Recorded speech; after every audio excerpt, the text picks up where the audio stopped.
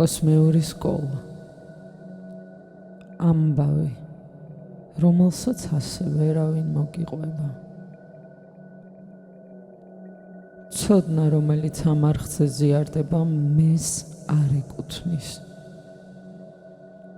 მოიტანა სისტემამ, რომელშიც ცხოვრობთ. იესო ქრისტეს სისტემამ. შესაბამისად საერთოა. სინათლეში მოიხმარეთ თვითოულმა გაზიარებული ინფორმაცია. ამენით. გაიგეთ ყურსასმენები. კომფორტულად მოკალათდი და მოემზადე მორიგი მოგზაურობისთვის. ვიწყებთ. ალქიმიკოსის დღიური. მეოთხე მოგზაურობა. პირველი იყო სიტყვა. სიტყვა ქართული. სამყაროში ომია სიტყვით კლავენ ერთმანეთს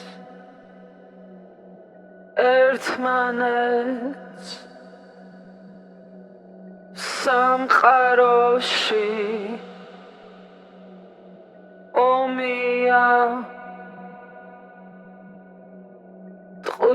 სესვრის ღმერთი ღმერთს სამყაროში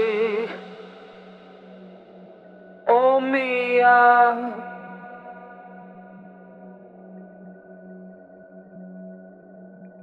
მიყვარხარ სინამდვილეში იცით რა ხდება?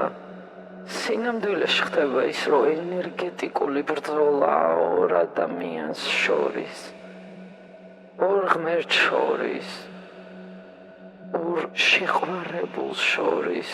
არადა სიყვარული იმისთვისაა, რომ ომიდან დაიხსნას, რომ გამოიყვანოს იქიდან ყველა, რომ დაათბოს აპატიოს, ხიდად იქცეს ძველიდან ახალში გადასასვლელად. აქ კიდე იცით რა ხდება? ადამიანები ერთმანეთს ბრიდავენ. აი, მოდი თავიდან დავიწყოთ. სამყაროში ომია. ინფორმაციული ომი. სადაც სიტყვა მთავარი ინსტრუმენტი. სიტყვას აქვს ძალა. მას გააჩნია ვიბრაცია. და ახლა ის დროა, სადაც სიტყვა იბრუნებს საწყის ძალაუფლებას. თუმცა ეს ყოველთვის ასე იყო, რადგან პირველი იყო სიტყვა და სიტყვა იყო ღმერთთან და სიტყვა იყო ღმერთი. იოანე 1:1. უბრალოდ საკმარისად გვეძინა. დასაშვები რეალობების სივრცეში მაღალ განვითარებულ ადამიანს არამც თუ შეუძლია, არამედ პასუხისმგებელია ყოველ ამოთქმულ სიტყვაზე. რადგან აცნობიერებს თუ რამხელა მნიშვნელობას ატარებს თვითოეული ბგერა და რამდენად მოწესრიგებულიც არის მთქმელი იმდენად მოწესრიგებულ სამყაროს აშენებს და მოღვაწეობს მასში. გველსა ხრელად ამოიყვანს, ენა ტკბილად მოუბარი. თუმცა დროის მარყუჟის მიერ ეს ცოდნა დავიწყებას მიეცა. ადამიანს დაავიწყდა ვინ არის და რა შეუძლია. ის დააძინეს, დაავიწყეს საკუთარი არსი, წაართვეს ხმა. ამასობაში ადამიანში მრავალმა ვიბრაციამ გაიარა, მათ შორის სიტყვის სახით, ბევრმა წყენამ, ბევრმა ბრაზმა, ტკივილმა. დაუგროვდა ის, რასაც ვერ უშვებს. არ იცის ამას რა მოუხერხოს და მატერიაში გაჭედელს მხოლოდ ხორციელ სიამოვნებებზე ორიენტირებულს. არც კი სურს ცოდნის მიღება, რადგან გონის მიერ დაბინდული აქვს გული. შიგნით ქაოსია. გადატანილი ტრავმებიდან გამომდინარე გონი ყველაფერში საფრთხეს გრძნობს. დაცვის მექანიზმები მოწამლულ ფუნდამენტზე აქვს ნაშენები, სადაც თავდაცვა თავდასხმის რეჟიმშია. ძველ სისტემაშია გაჭედილი. კბილი კბილის წილ პროგრამაში, რომელსაც დასჯის მექანიზმი ამუშავებს, სადაც მიტევების კოდი გაუკუღმართებულია, სადაც ხალხს დააჯერეს, რომ პატიება სუსტების ხვედრია. სამყარო ორ ნაწილად გაიხლიჩა, გამოღვიძებულნი და მძინარენი. გამოღვიძებულნი ისინი, რომლებიც ასცდნენ მსხვერპლის დონეს, აღარ ეძებენ დამნაშავეს სხვაში, გაცნობიერეს არსებობის არსი ტკივილის გავლით, არ გაბოროტდნენ, არავის განსჯიან. პასუხისმგებლობას იღებენ რეალობაზე, რომელიც გარსახვევიათ. ეგოს კოეფიციენტი მაქსიმალურად დაწეულია, რაც ავტომატურად ნიშნავს კოლექტიურ ინტერესებში ყოფნობას, ანუ არსებობას და მოქმედებას. მძინარენი ისინი, რომლებიც გაიჭედნენ მსხვერპლის როლში, საწყის დონეზე, ვერ უშვებენ წყენას, ბრაზს, ტკივილს, დამნაშავეს გარეთ ეძებენ და ამიტომ საკუთარ თავში სამუშაოს ვერ ხედავენ. შესაბამისად გარეთ იბრძვიან, რაც დაბალ ენერგეტიკულ ვიბრაციაზე ამყოფებს. და რადგან სისტემის მუშაობის პრინციპს ვერ აცნობიერებენ, ხდება ის, რასაც ყოველ დღე ხედავთ: ომები, აგრესია, დაუნდობლობა. ამიტომ მიმდინარეობს ვითომ და უხილავი, მაგრამ საკმაოდ ხილული ბრძოლა ძველსა და ახალ სისტემას შორის, მოსეს რჯულსა და ქრისტეს პრინციპს შორის. უფრო მარტივად გასაგები რომ გახდეს მინუსსა და პლუს შორის, სადაც პლუსი გაცნობიერებული ენერგიაა, მინუსი ჯერ კიდევ დაუმუშავებელი. ერთ ადამიანში არსებული გაცნობიერებული პლუს ენერგია გამოჩენისთანავე ავტომატურად აქტიურებს მეორე ადამიანში არსებულ გაუცნობიერებელ იგივე მინუს ენერგიას. ადამიანს უღვიძებს იმას, რაც ჯერ კიდევ გადასამუშავებელი აქვს და სწორედ ამას გულისხმობს თავის თავში ქრისტეს სიტყვები ბიბლიიდან. არა, დაფარული რაც არ გაცხადეს ვიწერი. ეს ის 20 წლის წინ დავიწყე ამ ხალხის მხილე. საჯარო განარავია ვიღაცა მიცოდა მაგრამ ფარულად მაგრამ ბეროს იქიდან 99%-ს ვინც იცოდა არ ჯეროთ იცოდა მაგრამ აპრატნიეს და ფანტაზიის ნამოფარნიეს და ასე შეჭენ არა ეს რეალობა ყოფილა და შემრელ ლაპარაკობს პირველი საუბარი ამერს საქართველოში დაიწყო აქ ჩემგან დაიწყო ჩემგან და ინტერნეტის გადაშალ იმდენი მასალაში ჩაგრე დაიგნე და დაიკარგებიში მაც იმიტომ აი ჩაგრე მაინც ვერ გაიგო რა წელში ვინარიან და რა საკეთე ლაგეგრადი არსებობს რეალურად დედამიწაზე ის ადამიანთა ჯგუფი, რომელიც თავის დავალებას ასრულებს. მათ მეცნიერული ქონდათ ამდენი ხნის მანძილზე, მოემზადებინა და უკვე აგერ მე-20 საუკუნის ბოლოსთვის უკვე დედამიწა ხელში უნდა ქონოდათ. ერთმანეთობის საკითხები უნდა გადაწყვეტილიყო. ვიათ აქამდე თუ ფარულად იყვნენ, უნდა მომხდარიყო მათი გამოჩენა. რით უნდა მომხდარიყო?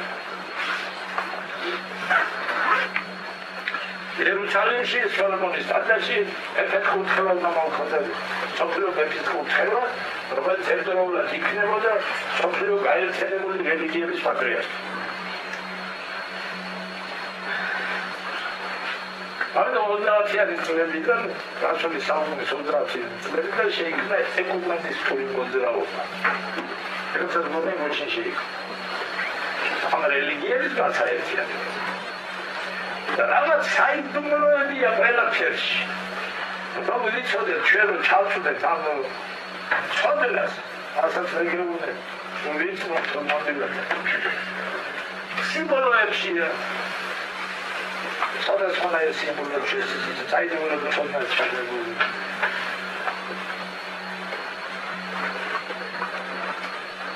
ან ბანშია ასონიშნებშია ენაშია ადამიანებშია დამწაზე გარშემოგვული როგორც იწვია სხვადასხვა ცენტრებშია კაველი არის საიდუმლოება ათიამოჩნობა ძალიან ძნელია არ წრჭირდებოდა ადამიანს დახურული იყო ეს ცნობიერება ადამიანებისთვის აიდო სხვა ფორმითაა ჩაწერილი ბიბლიურ თარიღში მაინც იგივე უნდა გაგახედოთ სხვანაირად ესეთი არ იქნება რომ დავწუნდეთ საზნელო არა არს დაფარული რომ არ გაცხადდეს ამიტომაც ხშირად სინათლე აღიზიანებს აპროვოცირებს იმას რაც სიბნელეშია ჩამალული მინუს რწმენა არ გააჩნია ის შიშით იმართება შიში კი ააქტიურებს თვითგადარჩენის ცხოველურ რეჟიმს პლუსი რწმენით იმართება გულის ენერგოცენტრიდან და სწორედ ამიტომ აქვს მეტი ძალაც ხარისხიც და ინტენსივობაც რწმენა და შიში მედლის ორი მხარეა თუმცა მედალს მესამე მხარეც გააჩნია შუა ბალანსის წერტილი რომელიც თან ყოფს და თან აერთიანებს ორივე ცნობიერებას და ეს არის უპირობო სიყვარული. სიყვარული არის ხაებები თვითსება. ეს მეტის ონტოლოგია შეიძლება სიტყვას. ინკამის ანურმეტის არასია თვითს. და ის არსებობს იქ ახლა არსებობს თავისუფლება. ანუ სიყვარული არის თავისუფლების აქტის რაღაც გამოვლინება და თავისუფლება პირობებს არ გვაქვს. ანუ ნახეთ, ადამიანის მოქმედება თუ არის სრული თავისუფლებით, მას ენაპირობა არ აქვს. და სიყვარული თავისუფლებას სამხრეთად არსებობს. და თუ სიყვარულს აქვს ენაპირობა, მაშინ ის არ არის ყოფილი სიყვარული. ამიტომ ადამიანებს შორის არსებობს ესეთი სიყვარული, არ არსებობს. მეტნაკლებად ოჯახის წევრებს შორის შეიძლება არსებობდეს. მშობლიდან შვილის მიმართ, იშვიათად მეუღლეებში შეიძლება. პრინციპში ადამიანებს შორის რაღაცა მსგავსი შეიძლება არსებობდეს, მაგრამ ძალიან იშვიათად. და ისიც იმდენად რამდენადაც ღვთის საფრთხეა ამ ადამიანებში. თორე შვილის სიყვარულიც ძალიან რთულია, იმიტომ ადამიანები ძალიან ეგოისტია. აი ეს და უპირობოდა უფალი განმარტავს კიდე უპირობო სიყვარულის ერთ-ერთი განმარტება ასეთია, რომ თავისთვის დადოს მეგობრისათვის, ანუ თავი გაწიწოს. აი ყველაზე მეტად საქმეში დაგულინდება, რომ თავის ბიოლოგიურ არსებობასაც კითხავს. და მოსეს მაგალითზე და პავლე მოციქულის მაგალითზე ხედავთ, რომ თავის მარადი უხმეტესაც კითხავენ, თავის სამშობლოსთვის. მე ვიყო წარმატებული ოქონჩები ერიკა დარჩეს. აი ეს არის მაგალითები უპირობო სიყვარულის. უპირობო სიყვარული არ განიკითხავს, ის თანაუგრძნობს, უსმენს, პატიობს. უპირობო სიყვარული გასცემს ისე, რომ სანაცვლოდ არაფერს ელის, პატიობს, რადგან გაგების სურვილი გაცილებით მეტია ვიდრე განკითხვის. გულიდან პატიება ის გასაღები, რომელიც ყველაზე მძიმე შინაგან კვანძებს ხსნის. პატიება მომხდარის გასიგრძე განება, რის გარეშეც ვერ შედგება მიტევების აქტი, რადგან თუ ვერ იქნა გაგებული მიზეზი, რატომ მოხდა ესა თუ ის, მაშინ ვერც მიტევების აქტი შედგება. შესაბამისად, ესა თუ ის მოუნელებელი გაუგებარი საკითხი ხოლო დროებით დაიძინებს, ვიდრე არ შეიქმნება იგივე საკითხთან ხელახლა შეხვედრის დრო და მომენტი, რამე თუ საბოლოოდ იქნას გაგებულ და გამოთავისუფლებული ტყენისგან, ბრაზისგან, ან ნებისმიერი სხვა დატოვებული ემოციისგან. პატიება, ეგრეთ წოდებული მიტევების აქტი, ხდება მაშინ, როდესაც გონს საკმარისი არგუმენტი აქვს იმისთვის, რომ გულის კარი გახსნას. ან როდესაც გულს საკმარისი მუხტი აქვს იმისთვის, რომ გონს დამაკმაყოფილებელი ემოცია იმპულსის სახით გადასცეს. ანუ როდესაც გული და გონი თანხვედრაშია ვერდიქტთან მიმართებაში. ახლა კი მოგიყვებით როგორ. ნაბიჯი პირველი. დარჩი საკუთარ თავთან მარტო, ერთი ერთზე. რადგან შენ ჯერ შეიძლება არ იცი, მაგრამ შენში არსებობს ეგრეთ წოდებული მაშველი, რომელსაც მოსმენა და სწორი კითხვების დასმა შეუძლია. უბრალოდ უნდა მიმართო მას. გეტყვი ეს როგორც უნდა გააკეთო. ახლა მე მაგალითს მოგიყვან. შენ კიდევ შეგიძლია საკუთარი სიტყვებით გადაუჟღერო შენსავე ფსიქიკას. რადგან მუნჯის ენა დედამიცის. მაგალითი, მიუმართავ მაშველს საკუთარ თავში. იესო ქრისტეს სახელით მოგმართავ ძვირფასო მაშველო. ვიცი, შეიძლება დიდი ხანია შენთვის შეგნებულად თუ შეუგნებლად არ მომიმართავს. თუმცა ახლა გარკვევით ვიცი, რომ ნებისმიერ სიტუაციაში, როდესაც დახმარება მჭირდება, შენ ჩემს გვერდით ხარ, როგორც დამკვირვებელი და ყველაფრის მცოდნე ბრძენი. ამიტომ მოგმართავ თხოვნით, რომ დამეხმარო ჩემს შიგნით და შესაბამისად გარეთ არსებული ქაოსის გამოკვლევაში და შემდეგ უკვე წესრიგად გარდაქმნაში. ამენით. მზად ვარ. ნაბიჯი მეორე. პანდორას გახსნა. მაშველის მოხმობის შემდეგ ტვინისთვის გასცემ ბრძანებას. გამიხსენი არაცნობიერი სკივრი. მაჩვენე საკითხები, რომლებიც ამ ეტაპზე საჭიროებენ ჩემს ყურადღებას. მზად ვარ. მზად ვარ. სიტყვების კომბინაციას დამატებული განზრახვა, რომელიც ხსნის საჭირო ფაილებს და გაძლევს მათზე წვდომას. როგორ მივხვდე, რომ მუშაობს? უკუქმედებით. უკუქმედება ნომერი 1. ფაილის გახსნისას წამოვა ემოციური ნაკადი, ვიზუალური გამოსახულება, ხმა ან ყველაფერი ერთად.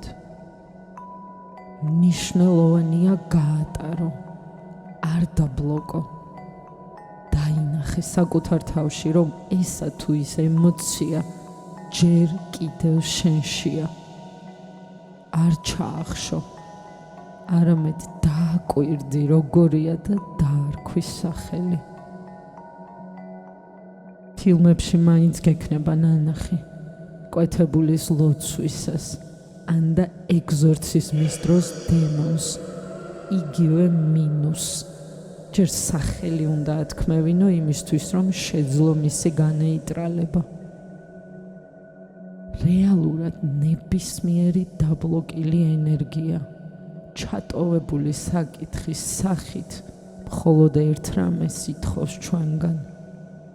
დავინახოთ, გავიაზროთ, დავარქვათ სახელი და გავატაროთ, რომ გამოთავისუფლდეს ადგილი აღლისთვის. რა ხდება შემდეგ? თავდაპირველად, როგორც წესი, გარედან შიგნით შემომავალი საკითხები იხსნება. საკითხები, რომლებიც გარე სამყარო მოგაყენა. ტკივილის, წყენის, ბრაზის, იმედგაცრუების სახით. რატომ გტკივა? რატომ ვერ უშვებ? რა არის, რაც გაბრაზებს? ამა თუ იმ კონკრეტულ საკითხზე ხმამაღლა, აუცილებლად ხმამაღლა დალაპარაკება საკუთარ თავთან საჭირო. ისე, რომ საკუთარ ყურს ესმოდეს. ეს ძალიან მნიშვნელოვანია, რადგან გემახსოვრება თანდაზა. ამირან გულში მღეროდა. ტვინს ხმამაღალი სიტყვის მოსმენა სჭირდება ნებართვის გასაცემად. და თუ უსმენო ხარ, მაშინ დაწერე. მეორე მოქმედება, შიგნიდან გარეთ. იგულისხმება ის, რაც შენ მიაყენე გარე სამყაროს, ანუ საკუთარი შეცდომების გახსენება, აღიარება და თავთან გულწრფელი საუბარი იგივე მექანიკით, მინიმუმ 40 სიტყვიანი არგუმენტით, რადგან სწორედ ამდენი სჭირდება ტვინს, რომ დაწეროს ახალი ალგორითმი. მაგალითისთვის ვაღიარებ, ვაწყენინე ანას. უხეშად ველაპარაკე, რადგან ძიმე დღე მქონდა. ჩემში თვითგადარჩენის ინსტინქტი გააქტიურდა, რამაც დააპროვოცირა ჩემი მხრიდან თავდასხმა. ქცევითი ფორმა, რომელიც დასწავლილი მქონდა გარემოცვიდან, რომელშიც გავიზარდე. რადგან მეც სწორედ ასე მეკცეოდნენ. სხვა ფორმა არ ვიცოდი. არც იმათ იცოდნენ სხვა ფორმა, ვისგანაც ვისწავლე. შესაბამისად, ყველას ბრალია და თან არავისი. რადგან არ ცოდნა, არ ცოდვაა. მომიტევე, რადგან გავიაზრე რა ჩადენილი ქმედება. ცნობიერ არჩევანს ვაკეთებ, რომ აღარ მოვიქცე მსგავსი მოდელის მიხედვით. რადგან ახლა უკვე ვიცი ქცევის სხვა ფორმებიც. ბევრად ლოიალური და ჰუმანური, ვიდრე ცხოველურ დონეზეა მიღებული. მე იესო ქრისტეს სისტემაში მცხოვრები და მისი ენერგიის მატარებელი, მაღალ განვითარებული ადამიანი ვარ და ასეთი ადამიანი სიყვარულით მოქმედებს გულიდან მიტევების გზით, ამ ენით, ამენით. ამას ეწოდება მონანიება, აღსარება, წმენდა. ტვინი რთული მექანიზმია. მას სჭირდება გააზრება, სჭირდება მიზეზის დანახვა. მისთვის რატომ შეკითხვაზე პასუხი იმიტომ გაუგებარია. სწორედ იმიტომ პასუხებმა დააძინა ადამიანის ცნობიერება ძალიან ბევრ ეპოქაში. თუმცა ყველაფერს თავისი ვადა აქვს და დრო. ახლა კი ცოტა უფრო ღრმა შრეებში შეგახედებთ უკეთ გახსენებისთვის. ასე იწყება იოანეს სახარება 1:1. პირველი იყო სიტყვა. ქრისტეს მიერ ჯვარცმისას წარმოთქმული სიტყვები, რაც ქართულად ნიშნავს მიუტევე მათ მამა, რადგან არ იციან რას ჩადიან. ლუკას სახარება 23:34. ქართულ ენაში ეს მხოლოდ ისტორიული ფრაზა არ არის. ეს არის დიაგნოზი, სულიერი, ენობრივი და ადამიანური. რადგან ქართულ ენაში სიტყვა იციან იშლება როგორც იცი, ცოდნა, ან როგორც საწყისი. ან არის ასომთავრულის პირველი ასონიშანი, ამბანის საწყისი ბირთვი. ის, რითიც იწყება არა მხოლოდ წერა, არამედ არსებობა.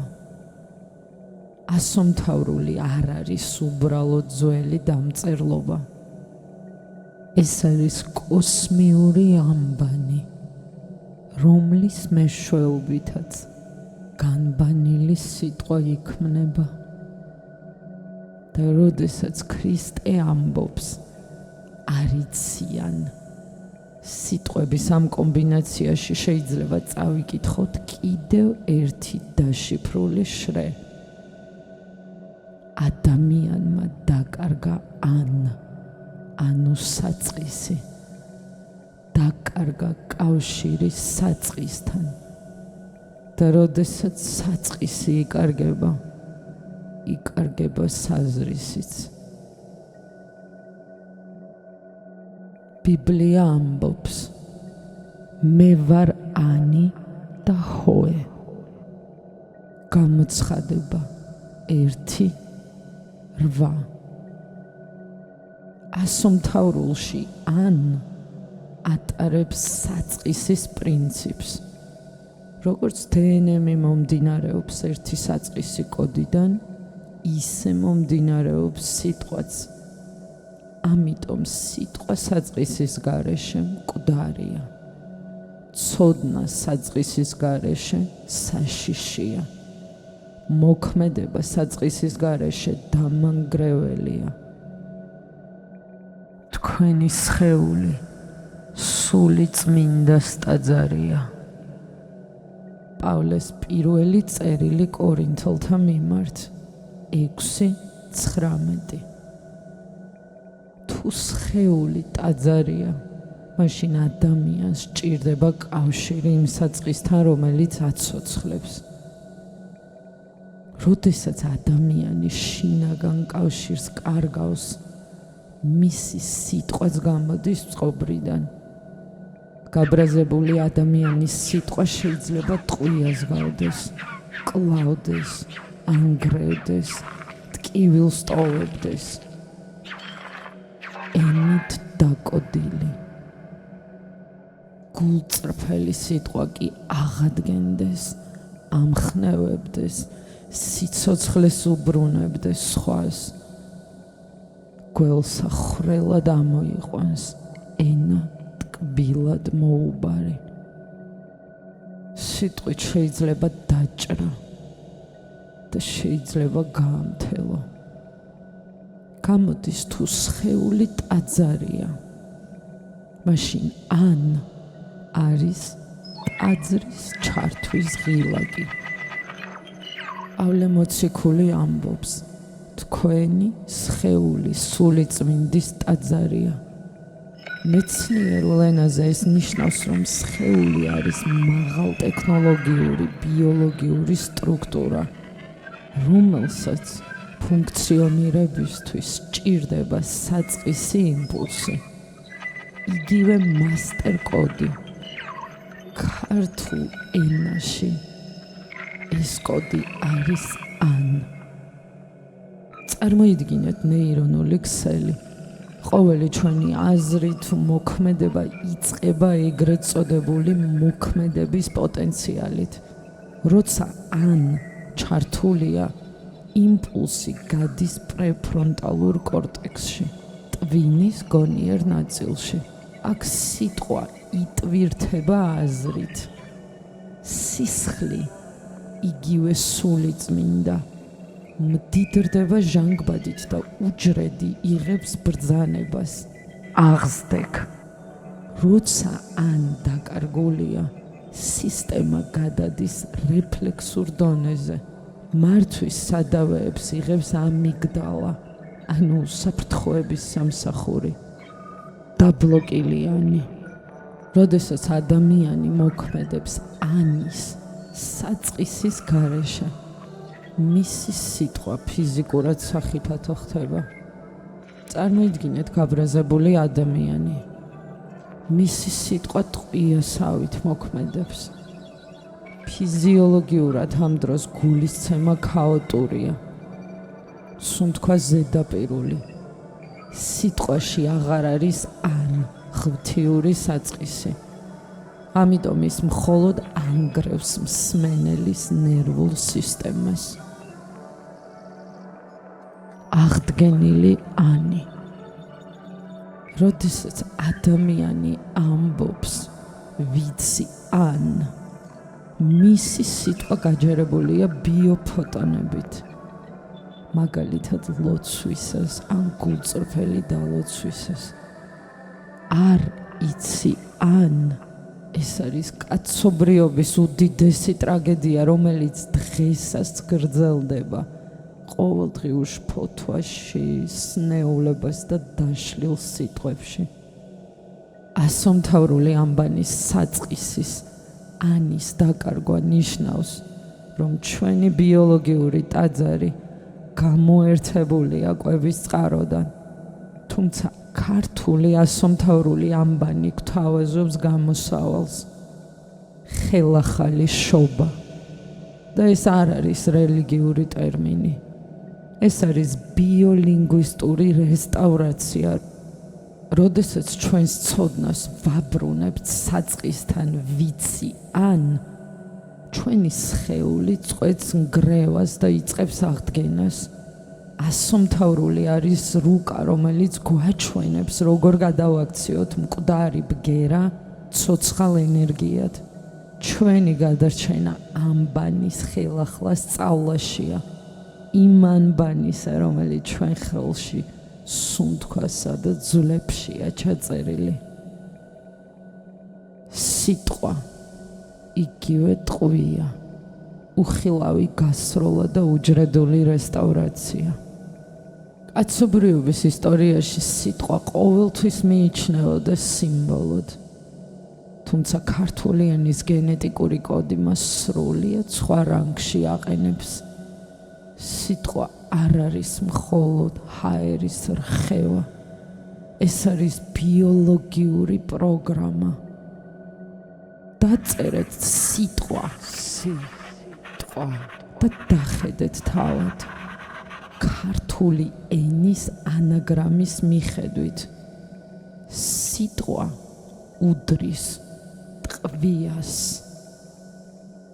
რაც გვიმხელს საიდუმლოს, რომ ყოველი ჩვენი ფრაზა არის ბალისტიკური აქტი, რომელსაც შეუძლია ან დაანგრიოს ადამიანის ბიოლოგიური ტაძარი, ან გახდეს მისი ფუნდამენტის აღმშენებელი.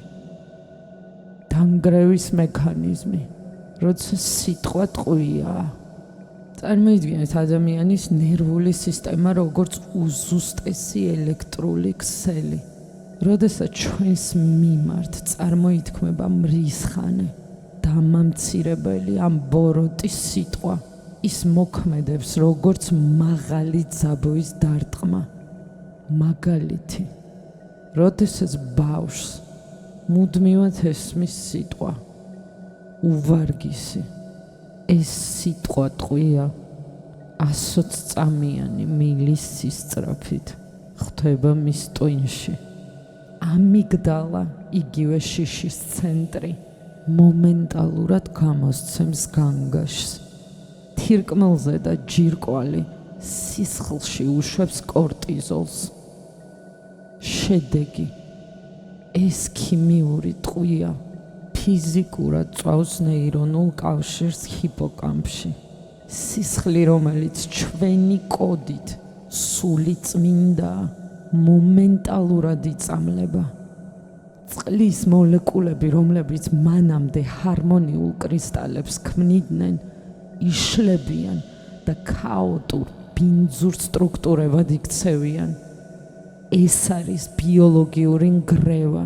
სიტყვამ დააზიანა დნმ-ის ჯაჭვი და უჯრედს განვითარების პროგრამა შეუცვალა. ენერგეტიკული წონასწორობა. ქართული ასომთავრულის მიხედვით ტყვია და სული ერთმანეთის ტოლია, რადგან ორივე უდრის 64-ს. ეს ნიშნავს, რომ სიტყვა არის ჭურვი, რომლის შიგთავსაც ჩვენი განზრახვა განსაზღვრავს. სიუჟეტური მაგალითი.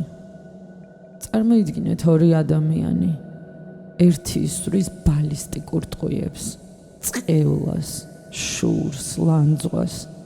მისი სიტყვები 64-იანი მუხტით ხვდება სხვის სხეულს და ანგრევს მას. მეორე კი იყენებს სულიერ ტყვიას, დალოცვას, გამხნევებას, სიყვარულს. მათემატიკურად მუხტი იგივეა, 64, მაგრამ მისი ვექტორი საპირისპიროა. აღდგენის პროცესი. სიტყვა როგორც რესტავრატორი. თუ ნეგატიურმა სიტყვამ ადამიანში ნანგრევები დატოვა, მისი აღდგენა მხოლოდ იმავე სიხშირის, მაგრამ დადებითად დამუხტული სიტყვითაა შესაძლებელი. რესტავრაციის მაგალითი.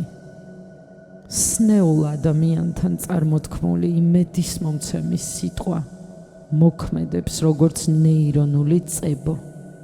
როდესაც ადამიანი ისმენს სიყვარულით სავსე სიტყვას, მისი გული გადადის კოჰერენტულ რიტმში, ანუ მწყობრ რიტმში.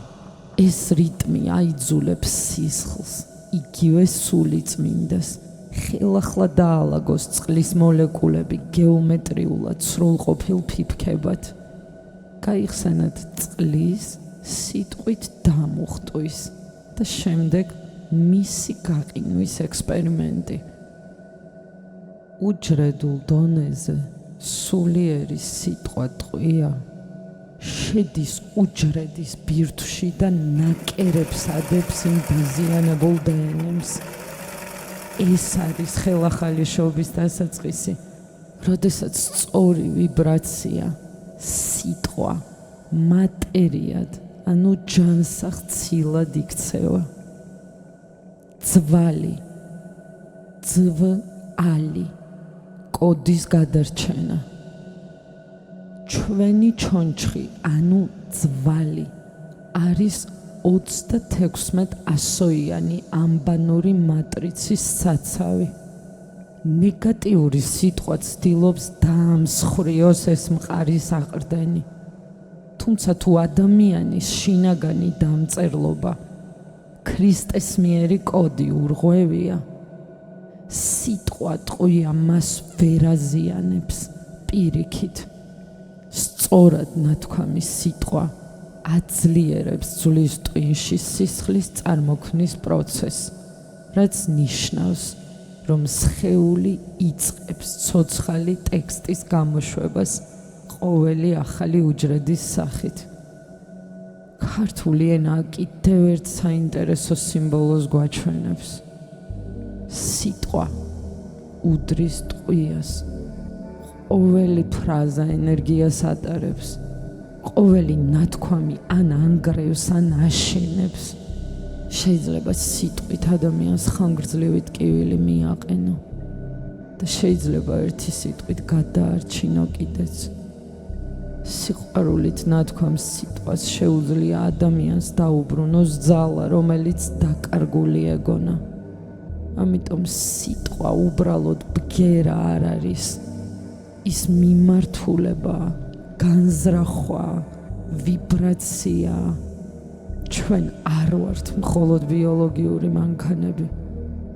ჩვენ მოსიარულე ისტორიები ვართ. მოსიარულე მეხსიერება და ყოველი სიტყვა არჩევანია ნგრევასა და შენებას შორის. სიტყვა ტყვია ჩვენს ხელთ არის და თუ მას სულით განსჭვალავთ, ჩვენ შევძლებთ არა მხოლოდ საკუთარი, არამედ სხვისი სხეულების აღდგენასაც, რადგან სიტყვა არის ერთადერთი ძალა, რომელსაც შეუძლია მატერიის გარდაქმნა და ადამიანის ხელახალი შობა. საქართველოს და ქართველებს როგორც სისტემას უდიდესი წინააღმდეგობის გაწევის უნარი გაგვაჩნია. რეჟიმს ვერ ვეგუებით. ამიტომაც გვიტევს მინუსი ასე მძაფრად. ცუდას რად უნდა მტერობა? კარგია მუდამ მტრიანი.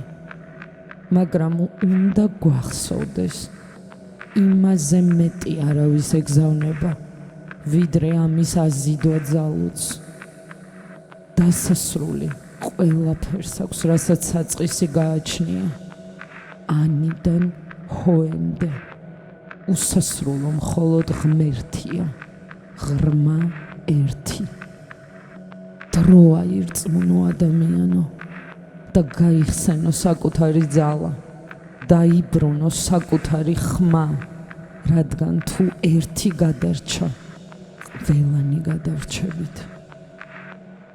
მადლიერებას უცხადებ თითოეულს, ვინც დრო და ენერგია დაუთმო ამ სიტყვების გასიგრძე განებას.